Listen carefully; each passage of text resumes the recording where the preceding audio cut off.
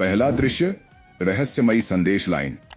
राजा विक्रमादित्य को एक प्राचीन ऋषि से संदेश मिला कि जंगल के बीच एक रहस्यमयी किला छिपा है जहां अपार शक्ति का रहस्य दफन है। जंगल की यात्रा। राजा विक्रमादित्य अपने वीर सैनिकों के साथ जंगल में एक रहस्यमयी किले की खोज में निकले। जंगल की पहली चुनौती। जंगल में अचानक एक विशाल अग्निपंछी प्रकट हुआ जो राजा के रास्ते को रोक रहा था। अग्निपंछी की चुनौती। अग्निपंछी गरजा, अगर तुम इस किले तक पहुंचना चाहते हो तो मुझे 3 प्रश्नों का उत्तर दो। 3 प्रश्नों की परीक्षा। राजा ने पंछी के तीनों प्रश्नों का उत्तर दिया, जिससे अग्निपंछी शांत हुआ और रास्ता खोल दिया। किले का भूतिया।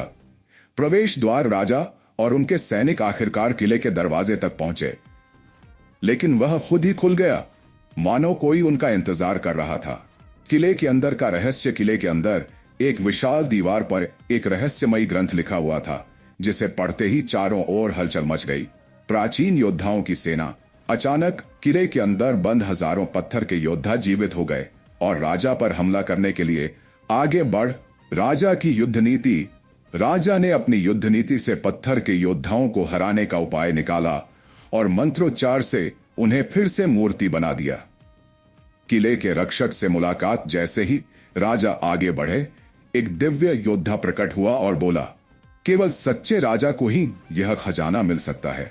अंतिम चुनौती। दिव्य योद्धा ने राजा को चुनौती दी, अगर तुम मुझे हरा सके तो यह शक्ति तुम्हारी होगी।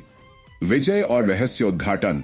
विक्रमादित्य ने दिव्य योद्धा को पराजित किया, जिससे वह संतुष्ट होकर अंतर्ध्यान हो गया और किले का खजाना प्रकट हुआ। बेताल का सवाल। बेताल फिर प्रकट हुआ और पूछा, राजन, क्या राजा को यह शक्ति लेनी चाहिए या यह परीक्षा सिर्फ उनकी बुद्धिमानी परखी जाने के लिए थी? खजाना का प्रकट होना। जैसे ही राजा विक्रमादित्य ने दिव्य योद्धा को हराया, किले का खजाना प्रकट हुआ और स्वर्णिम प्रकाश चारों ओर फैलने लगा। विक्रमादित्य का विचार। राजा विक्रमादित्य खजाने को देखकर गंभीर हो गए। उन्होंने सोचा कि क्या इसे स्वीकार करना उनके राज्य के लिए सही होगा।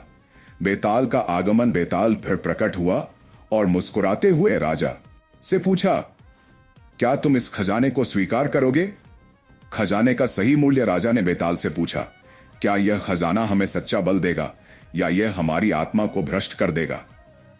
बेताल की चुनौती। बेताल ने कहा, अगर तुम खजाने को स्वीकार करते हो तो तुम्हारी शक्ति और संपत्ति बढ़ेगी, लेकिन तुम्हारी आत्मा पर बोझ भी होगा। विक्रमादित्य का निर्णय। राजा विक्रमादित्य ने निर्णय लिया कि वे खजाने को नहीं लेंगे, क्योंकि सत्य और न्याय से बढ़कर कोई संपत्ति नहीं हो सकती।